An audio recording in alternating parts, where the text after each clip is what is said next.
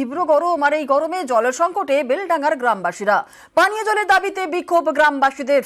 Assistant ইঞ্জিনিয়ারের গাড়ি আটকে বিক্ষোভ, গাড়ি ভাঙচুর, উত্তেজিত গ্রামবাসীদের।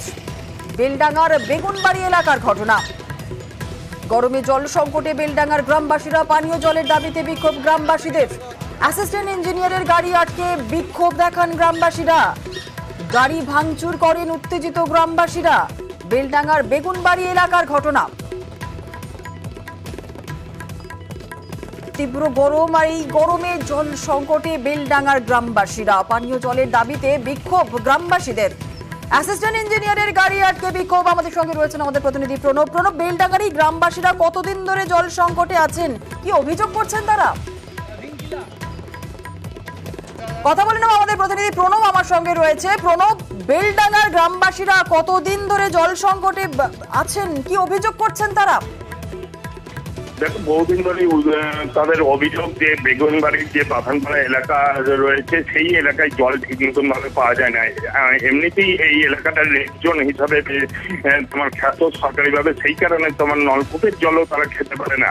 কিন্তু বেশ কিছুদিন ধরে এই তীব্র দাবদাহে প্রতিটা নলকূপ থেকে জল পাওয়া যাচ্ছে না এবং তারপরে তারা দীর্ঘদিন ধরে দাবি জানিয়ে আসছে যাতে জলটা পাওয়া যায় এবং জলের ট্যাঙ্কি রয়েছে, অথচ যে সমস্ত ট্যাপ কল সেগুলো থেকেও জলটা ঠিক মতন ভাবে আসে না।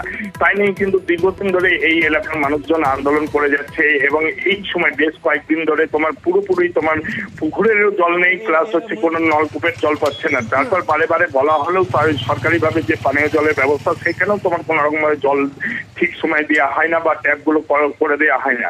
আজকে গতকাল রাত্রিবেলাতে যখন অ্যাসিস্ট্যান্ট ইঞ্জিনিয়ার তখন জনস্বাস্থ্য কারিগরি দপ্তরের অ্যাসিস্ট্যান্ট ইঞ্জিনিয়ার যখন যায় তখন সেই গাড়ি ধরে বা বিক্ষোভ দেখাতে শুরু করে, সেই গাড়িতে ভাঙচুর করে এবং যিনি অ্যাসিস্ট্যান্ট ইঞ্জিনিয়ার ছিলেন অনুপ মণ্ডল তাকেও কিন্তু ধরে বিক্ষোভ দেখাতে শুরু করে এবং তাকে সরিয়ে নিয়ে গিয়ে একটি ঘরে প্রশাসনের তরফ থেকে কোনো রকম আশ্বাস দেওয়া হয়েছে?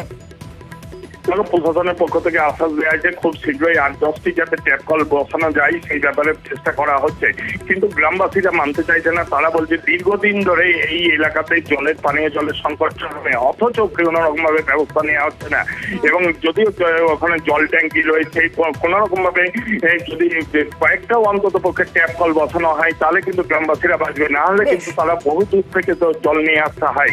যদি প্রশাসনের আশ্বাস পেয়ে তারা কিছুটা হলেও আর কি স্বস্তি পেয়েছে যে আশা করা যাচ্ছে কয়েকদিনের মধ্যেই জলের ব্যবস্থা হবে। একেবারে ধন্যবাদ। এখানে একটা পাইপলাইনের কাজ বাকি ছিল, ওনাদের দাবি এই লাইনেই কেন কাজ হলো না, ট্যাপ কানেকশনগুলো কেন দূরে দূরে দেওয়া হচ্ছে। একটা ঠেলাঠেলির ব্যাপার হয়েছে, গাড়ি ভাঙচুর হচ্ছে। আমি সমস্যার সমাধানের জন্য এসেছিলাম। মানুষের ক্ষোভ হচ্ছে যে আমরা জল পাচ্ছি না দীর্ঘদিন ধরে, আমরা দীর্ঘদিন ধরে এভাবে বঞ্চিত আছি। জল জীবন কমিটির একজন সদস্য, তার বাড়িতে আমরা সেফটি করে রেখেছি। আমাদের সদস্যরা কিছু ধাক্কাধাক্কি মানে পাবলিকের কাছ থেকে উদ্ধার করে আমরা সেফটি জায়গাতে নিয়ে এসেছি। অসহ্য গরম, তার মধ্যে